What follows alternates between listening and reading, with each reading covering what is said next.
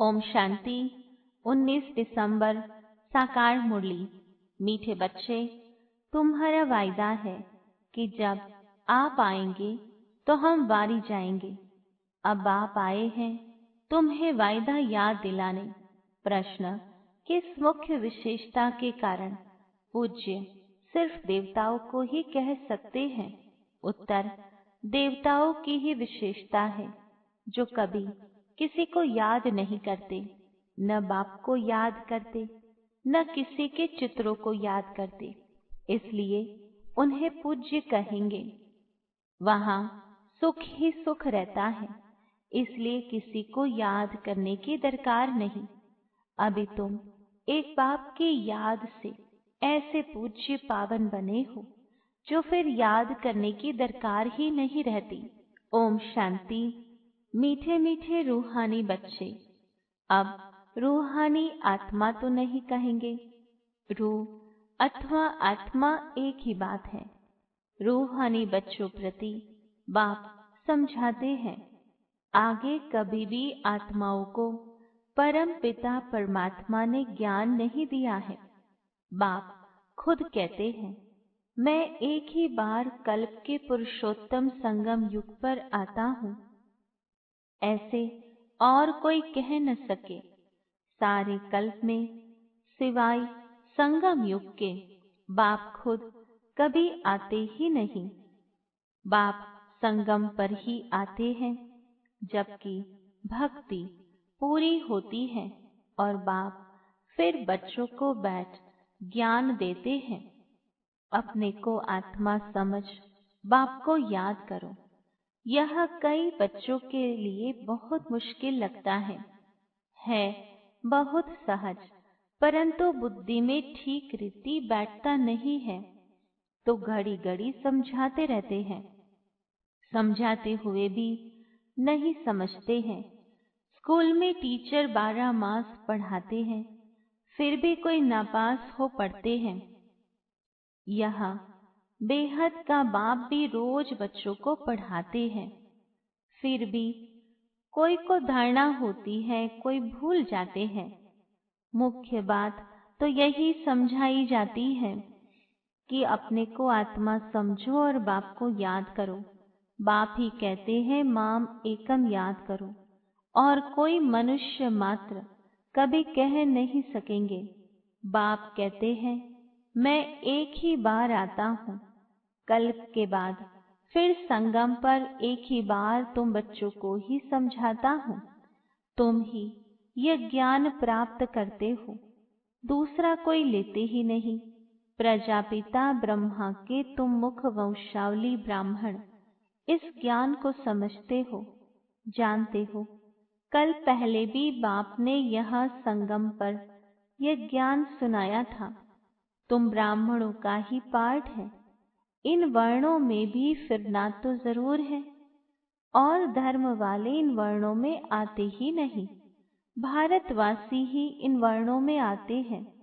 ब्राह्मण भी भारतवासी ही बनते हैं, इसलिए बाप को भारत में आना पड़ता है। तुम हो प्रजापिता ब्रह्मा के मुख वंशावली ब्राह्मण। ब्राह्मणों के बाद फिर हैं देवताएं और क्षत्रिय। क्षत्रिय कोई बनते नहीं है, तुमको तो ब्राह्मण बनाते हैं, फिर तुम देवता बनते हो। वही फिर धीरे धीरे कला कम होती तो उनको क्षत्रिय कहते हैं। क्षत्रिय ऑटोमेटिकली बनना है। बाप तो आकर ब्राह्मण बनाते हैं, फिर ब्राह्मण से देवता, फिर वही क्षत्रिय बनते हैं। तीनों धर्म एक ही बाप अभी स्थापन करते हैं। ऐसे नहीं कि सतयुग त्रेता में फिर आते हैं। मनुष्य न समझने के कारण कह देते सतयुग त्रेता में भी आते हैं। बाप कहते हैं मैं युगे युगे आता नहीं हूँ, मैं आता ही हूँ एक बार कल्प के संगम पर। तुमको मैं ही ब्राह्मण बनाता हूँ प्रजापिता ब्रह्मा द्वारा। मैं तो परम धाम से आता हूँ। अच्छा, ब्रह्मा कहाँ से आता है? ब्रह्मा तो 84 जन्म लेते हैं, मैं नहीं लेता हूँ। ब्रह्मा सरस्वती जो ही विष्णु के 2 रूप लक्ष्मी नारायण बनते हैं, वही 84 जन्म लेते हैं। फिर उनके बहुत जन्मों के अंत में प्रवेश कर इनको ब्रह्मा बनाता हूँ। इनका नाम ब्रह्मा मैं रखता हूँ। यह कोई इनका नाम अपना नहीं है। बच्चे का जन्म होता है तो छठी करते हैं, जन्मदिन मनाते हैं। इनकी जन्म पत्रिका का नाम तो लेखराज था, वह तो छोटेपन का था। अभी नाम बदला है, जबकि इनमें बाप ने प्रवेश किया है संगम पर।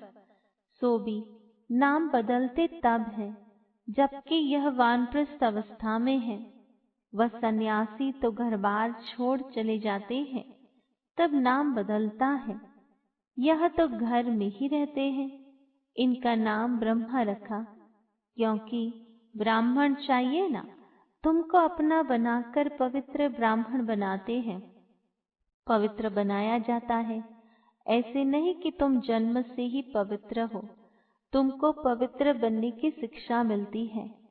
कैसे पवित्र बने, वह है मुख्य बात। तुम जानते हो कि भक्ति मार्ग में पूज्य एक भी हो नहीं सकता।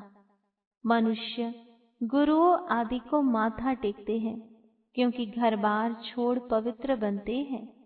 बाकी उनको पूज्य नहीं कहेंगे। पूज्य वह जो किसी को भी याद न करे। सन्यासी लोग ब्रह्म तत्व को याद करते हैं ना, प्रार्थना करते हैं। सतयुग में कोई को भी याद नहीं करते। अब बाप कहते हैं तुमको याद करना है एक को, वह तो है भक्ति। तुम्हारी आत्मा भी गुप्त है, आत्मा को यथार्थ रीति कोई जानते नहीं। सतयुग त्रेता में भी शरीरधारी अपने नाम से पाठ बजाते हैं। नाम बिगर तो पाठधारी हो न सके। कहाँ भी हो शरीर पर नाम जरूर पड़ता है। नाम बिगर पाठ कैसे बजाएंगे? तो बाप ने समझाया है। भक्ति मार्ग में गाते हैं, आप आएंगे तो हम आपको ही अपना बनाएंगे, दूसरा न कोई, हम आपका ही बनेंगे। यह आत्मा कहती है। भक्ति मार्ग में जो भी देहधारी हैं, जिनके नाम रखे जाते हैं, उनको हम नहीं पूजेंगे। जब आप आएंगे तो आप पर ही कुर्बान जाएंगे। कब आएंगे यह भी नहीं जानते। अनेक देहधारियों की, नामधारियों की पूजा करते रहते हैं। जब आधा कल्प भक्ति पूरी होती है, तब बाप आते हैं, कहते हैं तुम जन्म जन्मांतर कहते आए हो, हम तुम्हारे बिगर किसी को भी याद नहीं करेंगे, अपनी देह को भी याद नहीं करेंगे। परंतु मुझे जानते ही नहीं है, तो याद कैसे करेंगे? अब आप बच्चों को वैद समझाते हैं। मीठे मीठे बच्चों, अपने को आत्मा समझो और बाप को याद करो। बाप ही पतित पावन है। उनको याद करने से तुम पावन सतो प्रधान बन जाएंगे। सतयुग त्रेता में भक्ति होती नहीं। तुम कोई को भी याद नहीं करते, न बाप को न चित्रों को। वहां तो सुख ही सुख रहता है। बाप ने समझाया है, जितना तुम नजदीक आते जाएंगे, कर्मातीत अवस्था होती जाएंगी। सतयुग में नई दुनिया, नए मकान में खुशी भी बहुत रहती है। फिर 25% पुराना होता है, तो जैसे स्वर्ग ही भूल जाता है। तो बाप कहते हैं तुम गाते थे, आपके ही बनेंगे, आपसे ही सुनेंगे। तो जरूर आप परमात्मा को ही कहते हो ना। आत्मा कहती है परमात्मा बाप के लिए। आत्मा सूक्ष्म बिंदी है, उनको देखने के लिए दिव्य दृष्टि चाहिए। आत्मा का ध्यान कर नहीं सकेंगे हम। आत्मा इतनी छोटी बिंदी है, ऐसा समझ याद करना मेहनत है। आत्मा के साक्षात्कार की कोशिश नहीं करते, परमात्मा के लिए कोशिश करते हैं। जिसके लिए सुना है कि वह 1000 सूर्य से तेजोमयी है। किसको साक्षात्कार होता है तो कहते हैं बहुत तेजोमयी था, परंतु वही सुना हुआ है जिसकी नौदह भक्ति करेंगे, देखेंगे भी वही, नहीं तो विश्वास ही न बैठे। बाप कहते हैं आत्मा को ही नहीं देखा है तो परमात्मा को कैसे देखेंगे? आत्मा को देख ही कैसे सकते? और सबके तो शरीर का चित्र है, नाम है, आत्मा है बिंदी, बहुत छोटी है, उनको कैसे देखें? कोशिश बहुत करते हैं, परंतु इन आँखों से देख न सके। आत्मा को ज्ञान की अव्यक्त आँखें मिलती हैं। अभी तुम जानते हो हम आत्मा कितनी छोटी है। मुझ आत्मा में 84 जन्मों का पाठ नोंदा हुआ है, जो मुझे रिपीट करना है। बाप की श्रीमत मिलती है श्रेष्ठ बनाने के लिए, तो उस पर चलना चाहिए। तुम्हें देवी गुण धारण करने हैं, खान पान भी बहुत रॉयल होना चाहिए, चलन बड़ी रॉयल चाहिए। तुम देवता बनते हो, देवताएं खुद पूज्य है। यह कभी किसी की पूजा नहीं करते, यह तो डबल सिरताज है ना। यह कभी किसे पूछते नहीं तो पूज्य ठहरे ना। सतयुग में किसको पूजने की दरकार ही नहीं। बाकी हाँ, एक दो को रिगार्ड जरूर देंगे। ऐसे नमन करना, इनको रिगार्ड कहा जाता है। ऐसे नहीं दिल में उनको याद करना है, रिगार्ड तो देना ही है। जैसे प्रेसिडेंट है, सब रिगार्ड रखते हैं, जानते हैं यह बड़े मर्तबे वाला है, नमन थोड़े ही करना है। तो बाप समझाते हैं यह ज्ञान मार्ग बिल्कुल अलग चीज है। इसमें सिर्फ अपने को आत्मा समझना है, जो तुम भूल गए हो। शरीर के नाम को याद कर लिया है, काम तो जरूर नाम से ही करना है। बिगर नाम किसको बुलाएंगे कैसे? भल तुम शरीरधारी बन पाठ बजाते हो, परंतु बुद्धि से शिव बाबा को याद करना है। कृष्ण के भक्त समझते हैं हमको कृष्ण को ही याद करना है। बस जिधर देखता हूँ कृष्ण ही कृष्ण है। हम भी कृष्ण, तुम भी कृष्ण। अरे तुम्हारा नाम अलग, उनका नाम अलग, सब कृष्ण ही कृष्ण कैसे हो सकते? सबका नाम कृष्ण थोड़े ही होता है। जो आता सो बोलते रहते हैं। अब आप कहते हैं भक्ति मार्ग के सब चित्रों आदि को भूल एक बाप को याद करो। चित्रों को तो तुम पतित पावन नहीं कहते, हनुमान आदि पतित पावन थोड़े ही हैं। अनेक चित्र हैं, कोई भी पतित पावन नहीं है। कोई भी देवी आदि जिसको शरीर है उनको पतित पावन नहीं कहेंगे। 6-8 भुजाओं वाली देवियां आदि बनाते हैं, सब अपनी बुद्धि से। यह है कौन, वह तो जानते नहीं। यह पतित पावन बाप की औलाद मददगार है, यह किसी को भी पता नहीं है। तुम्हारा रूप तो यह साधारण ही है, यह शरीर तो विनाश हो जाएंगे। ऐसे नहीं कि तुम्हारे चित्र आदि रहेंगे, ये सब खत्म हो जाएंगे। वास्तव में देवियां तुम हो। नाम भी लिया जाता है, सीता देवी, फलानी देवी। राम देवता नहीं कहेंगे, फलानी देवी, वह श्रीमती कह देते, वह भी रॉन्ग हो जाता। अब पावन बनने के लिए पुरुषार्थ करना है। तुम कहते भी हो पतित से पावन बनाओ, ऐसे नहीं कहते कि लक्ष्मी नारायण बनाओ। पतित से पावन भी बाप बनाते हैं, नर से नारायण भी वह बनाते हैं।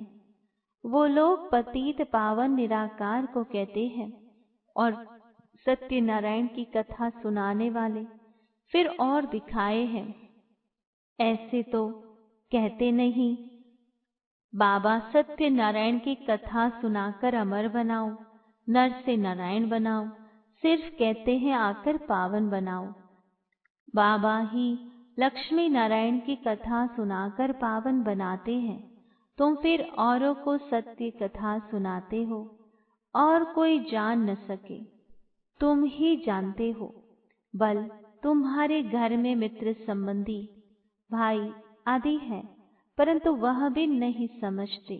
अच्छा, मीठे मीठे सिकिलधे बच्चों प्रति माता पिता बाप दादा का याद प्यार और गुड मॉर्निंग।